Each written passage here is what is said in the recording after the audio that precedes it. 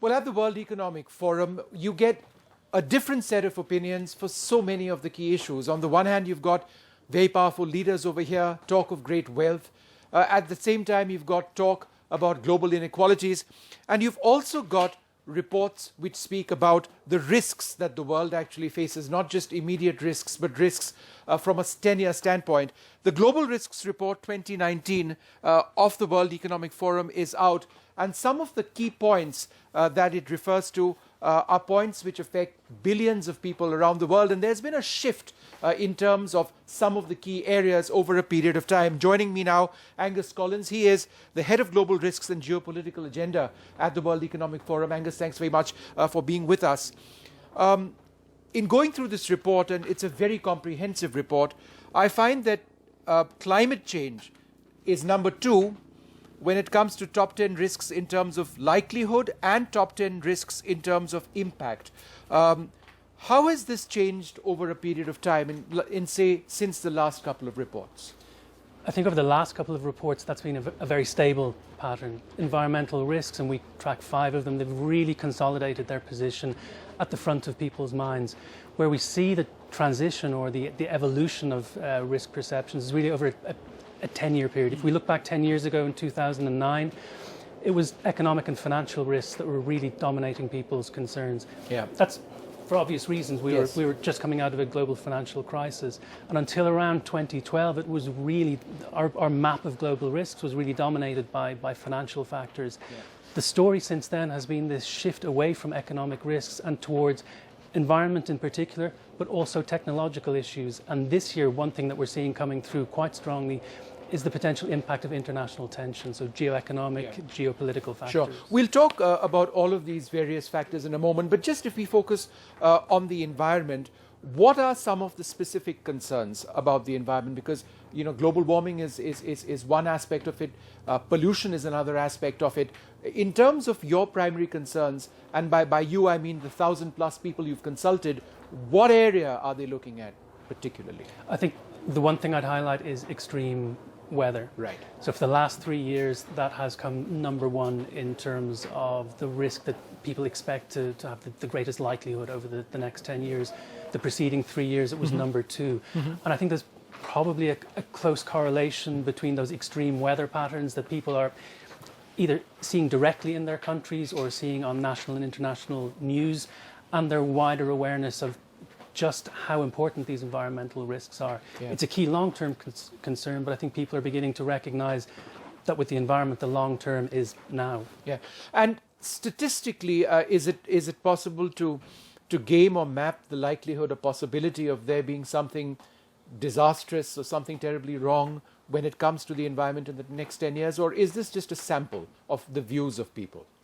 In terms of this report, this is a sample of the views. So it's risk perceptions among, as you say, around 1,000 people, leaders, decision makers drawn from the private sector, the public sector, civil society.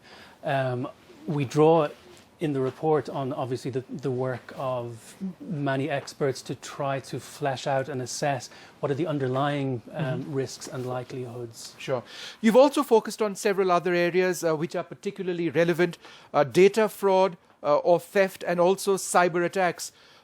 In an increasingly united global computer network, you find these threats to be affecting millions of people around the world. How over a period of time has, say, data theft actually been evolved to becoming the threat that it is today? Well, my sense is that we'll look back at 2017 as being a really key year for cyber threats, both in terms of the frequency and the severity. So we had major global attacks like WannaCry, Petya, NotPetya, which caused huge disruption, huge financial losses. But I think the flip side of that is that these attacks have also served to put cyber issues, these technological issues, right at the heart of plans and preparations of all kinds of organizations and individuals too. Yeah. I was also fascinated to read about the impact that human beings have as regards stresses, psychological factors, the well-being of individuals. That's something which typically across the world, or certainly in many parts of the world, we don't speak about often enough. that psychological factors contribute not just to an individual, they contribute to an economy and where it stands.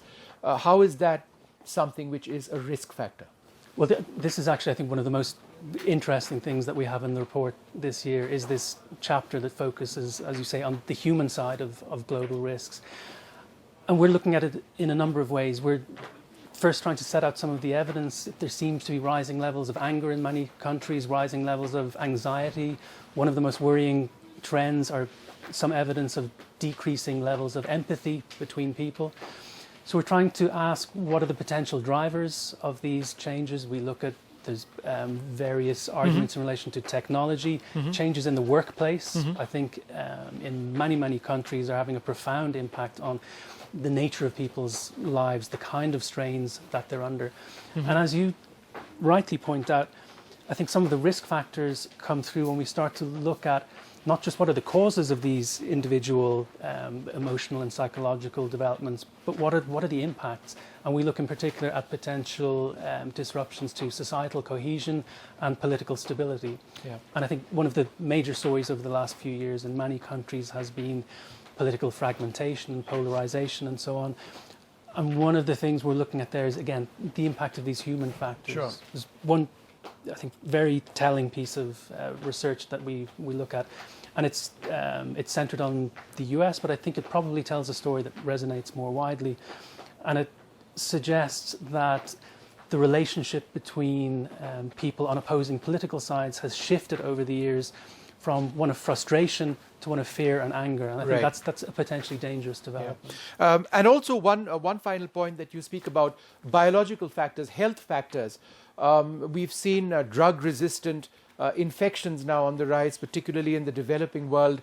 How are we across the world particularly vulnerable to biological hazards and shocks? And how are we perhaps even falling behind the curve as far as dealing with these threats are concerned?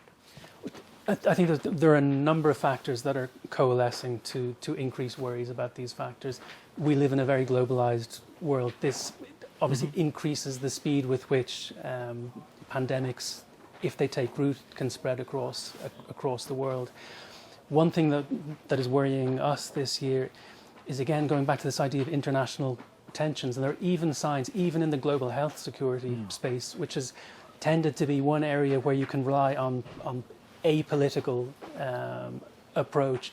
There are some signs that the international tensions and differences of opinion are beginning to seep in there, and I think that's a potential worry.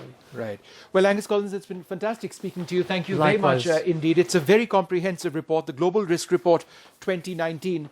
And the points it mentions, not just in terms of the economic data, and we've really not spoken about some of those risks, they've been covered elsewhere, but the human aspect of the risks that billions across the world potentially face, and certainly the climate change aspects, which we all suffer from so much, are some of the key drivers in this report, and something that leaders and so many others from across the world who are here at the World Economic Forum meet in Davos in Switzerland are looking at very closely.